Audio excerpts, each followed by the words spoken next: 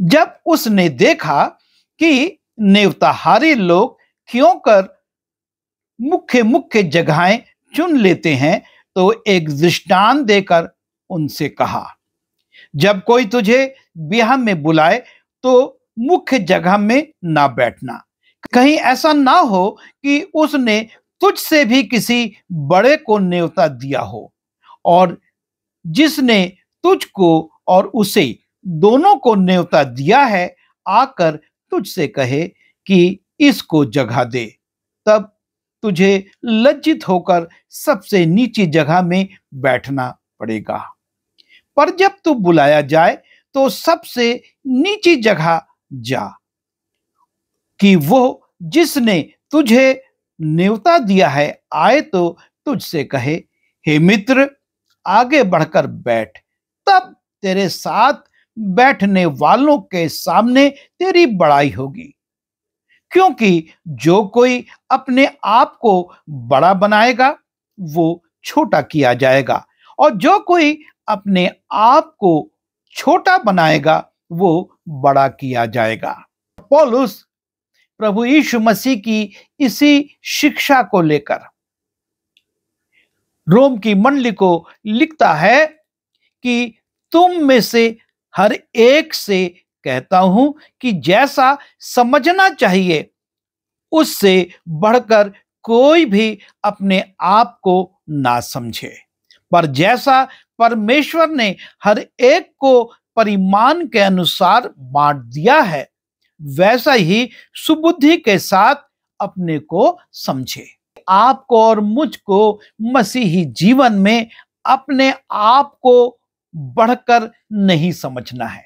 कई बार ऐसा होता है कि हम अपने आप को बहुत बड़ा समझने लगते हैं और उसके कारण हमको धोखा हो जाता है। और यहां पर 4 बातें पौलुस लिख रहा है। सबसे पहले वो कहता है, तुम में से हर एक से कहता हूं, अर्थात मंडली के प्रत्येक लोगों से, चाहे वो छोटे हों, चाहे बड़े हों, चाहे वो अधिकार रखते हों और चाहे वो ऊंचे पदों पर पदस्थ हों, वो कहता है तुम में से हर एक से कहता हूं। और ये सबके लिए लागू होता है। और दूसरी बात वो लिखता है, जैसा समझने चाहिए उससे बढ़कर कोई भी अपने आप को ना समझे। दूसरी महत्वपूर्ण बात यह है कि आपको और मुझको अपने आप को जैसा समझना चाहिए हम उसी में सीमित रहें। हमको अपने आप को अधिक बढ़ाकर नहीं समझना है, या अपने आप को बड़ा बनाकर हम घमंड ना करें। कई लोग हैं जिनको कोई दायित्व मिल जाता है तो वो अपने आप को दूसरों से बहुत बड़ा समझने लगते हैं। मंडली में उनको ये पद दे दिया गया, ये अधिकार दे दिया गया, उनको किसी पद पर नियुक्त कर दिया गया, और तब वो मंडली के अन्य लोगों से अपने आप को श्रेष्ठ समझने लगते हैं। पर पौलुस कहता है, जैसा समझना चाहिए उससे बढ़कर कोई भी अपने आप को ना समझे। हम अपने आप को दूसरों से श्रेष्ठ न समझें। हम ज्यादा पढ़े लिखे हैं, हम ज्यादा अच्छे पदों में हैं, हम ज्यादा धनाढ्य हैं, हम में ज्यादा योग्यता है और इसलिए हमको यह पद दिया गया है। ऐसा घमंड हमारे अंदर नहीं आना चाहिए, और हम अपने आचरण को, अपने व्यवहार को, अपनी बोलचाल को, सबको पहले के समान ही रखें जैसे हम थे। ये पद आज हैं, कल समाप्त हो जाएंगे। हम इसके कारण अपने आप को दूसरों से श्रेष्ठ ना समझें और उसका घमंड ना करें। और तीसरी बात वो कहता है, पर जैसा परमेश्वर ने हर एक को परिमाण के अनुसार अर्थात योग्यता के अनुसार बांट दिया है। अर्थात आप या मैं जो कुछ भी हैं वो परमेश्वर का दिया हुआ वरदान है। परमेश्वर ने आपको और मुझको ये दिया है, उसने बांटा है। जब हम मत्ती रचित सुसमाचार उसके 25वें अध्याय में जाते हैं और 14वें पद से 30वें पद में देखते हैं, वहां पर एक स्वामी विदेश जा रहा है और जब वो दूर देश जा रहा है अपने सेवकों को बुलाता है। एक को 5 तोड़ा, एक को 2 तोड़ा और एक को 1 तोड़ा प्रदान करता है कि तुम इससे लेन देन करना और जब मैं लौट कर आऊंगा तब मैं तुमसे इन तोड़ों का हिसाब लूंगा। अब जिसको 5 तोड़ा दिया गया था वो घमंड करे कि मुझको तो 5 दिया लेकिन दूसरों को 2 और 1 ही दिया, ये उचित नहीं है। स्वामी ये जानता था कि इसमें क्या योग्यता है, ये 5 तोड़ों से व्यापार कर सकता है। उसके बाद जिसको 2 तोड़े दिया, पर उसका स्वामी ये जानता था कि ये इन पैसों से, इस धन से, इस चांदी से इतना व्यापार कर सकता है और इसलिए उसको 2 तोड़े दिए। और एक और है जिसको 1 तोड़ा दिया। इसका मतलब ये नहीं कि उसने उसको यूं ही दे दिया, लेकिन उसने उसकी योग्यता के अनुसार जो वो कर सकता था या कर सकता है उसके अनुसार उसको 1 तोड़ा प्रदान किया। परमेश्वर आपको और मुझको अलग अलग योग्यताएं देता है। यदि हम अच्छा गाते हैं तो ये हमारी योग्यता नहीं है, इस गले को सुरीला बनाने वाला परमेश्वर है। कोई भी अपने योग्यता से, अपनी शक्ति से, अपने रियाज से ये नहीं कर सकता कि उसका गला सुरीला हो जाए, वरना बहुत लोग अच्छे अच्छे गायक बन जाते, बहुत लोग कोशिश करते हैं, लेकिन ये परमेश्वर का एक दान है, ये दिया हुआ उसका तोड़ा है और हम उस पर घमंड ना करें। यदि हम अच्छा बजा सकते हैं, हमारी उंगलियों में परमेश्वर ने बल दिया है। यदि ये हमारी उंगलियों की गांठ कड़ी हो जाए, हमारी उंगलियां ना चलें, हमारा हाथ उतना सटीक ना चले, लकवाग्रस्त हो जाए, हम कुछ नहीं कर सकते। ये बजाना हमारी योग्यता नहीं, परमेश्वर का दान है। हमारा लिखना, हमारी बुद्धि यदि थोड़ा सा भी डिस्टर्ब हो जाए, मनुष्य पागल हो जाता है, पागल कहलाने लगता है। लोग कहते हैं अरे इसको तो कोई अकल नहीं है।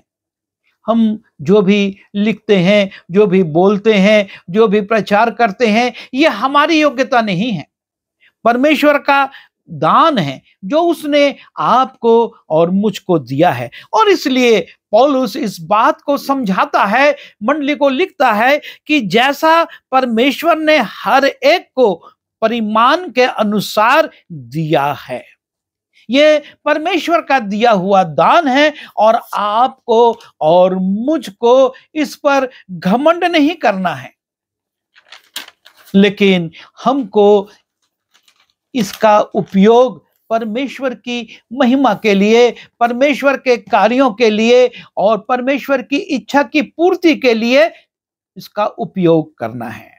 चौथी बात वो कहता है, वैसा ही सुबुद्धि के साथ अपने को समझे, सुबुद्धि के साथ। और यहां इसी बात पर वो जोर दे रहा है कि अपनी इन योग्यताओं को जो परमेश्वर ने आपको और मुझको दी हैं, हम इसको सुबुद्धि के साथ इस्तेमाल करें ताकि इससे परमेश्वर को महिमा मिले।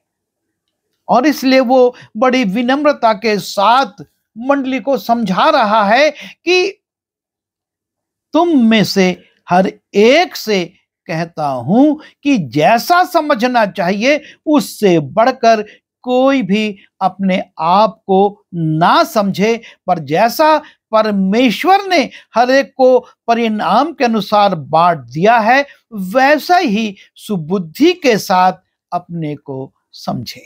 ये पद आपको और मुझको आत्म अवलोकन करने के लिए प्रेरित करता है।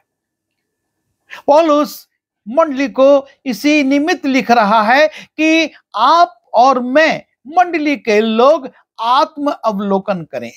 वो साधारण सदस्य हैं, अच्छी बात है। वो किसी पद पर हैं, अच्छी बात है। वो कोई अधिकार रखते हैं, अच्छी बात है। वो अध्यक्ष हैं, अच्छी बात है। सचिव हैं, कोषाध्यक्ष हैं, या क्लास लीडर हैं, सब बातें ठीक हैं, क्योंकि ये पद परमेश्वर ने आपको और मुझको मेरी योग्यता को समझते हुए, मेरी शक्ति को समझते हुए प्रदान किया है। मैंने परमेश्वर से छीना नहीं है, लेकिन ये परमेश्वर का दान है। और इसलिए सुबुद्धि के साथ, यानी कि बड़ी सावधानी के साथ, आत्म अवलोकन करते हुए हमको इन कार्यों को, इन दायित्वों को जो परमेश्वर की ओर से मिले हैं, उनका उपयोग करना है। स्वयं पौलुस बहुत योग्य था, लेकिन वो अपनी योग्यता पर नहीं, पर परमेश्वर के उस बड़े अनुग्रह के कारण कहता है, क्योंकि मैं उस अनुग्रह के कारण जो मुझको मिला है।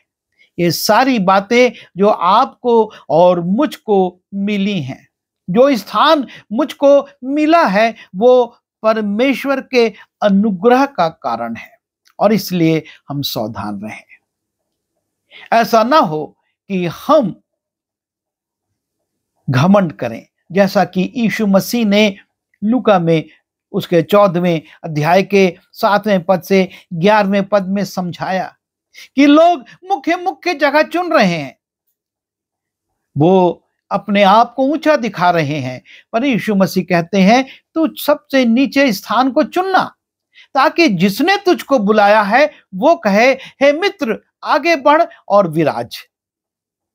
हमको अपने आप को स्वयं बड़ा नहीं बनाना है, अपने आप को लोगों पर बड़ा स्थापित नहीं करना है, पर लोग हमको सम्मानित करें, हमको बुलाएं, ये परमेश्वर चाहता है। तभी हमारा सम्मान है। और यदि हमने अपने आप को ऊंचा उठाना चाहा, और यदि किसी ने हमको टोक दिया, तो हमको लज्जित होना पड़ेगा। और परमेश्वर ये नहीं चाहता कि उसके लोग लज्जित हों। पौलुस नहीं चाहता कि मंडली के लोग लज्जित हों, और इसलिए वो समझाता है कि तुम में से हर एक से कहता हूं कि जैसा समझना चाहिए, उससे बढ़कर कोई भी अपने आप को ना समझे, पर जैसा परमेश्वर ने दिया है वैसा ही सुबुद्धि के साथ अपने आप को समझे। प्रभु हमारी सहायता करे कि हम आत्म अवलोकन करते हुए अपने आप को स्वयं ऊंचे पदों पर स्थापित, ऊंचे स्थानों पर स्थापित करने की कोशिश ना करें, लेकिन लोग हमसे निवेदन करें और तब हम उन स्थानों पर विराजमान हों।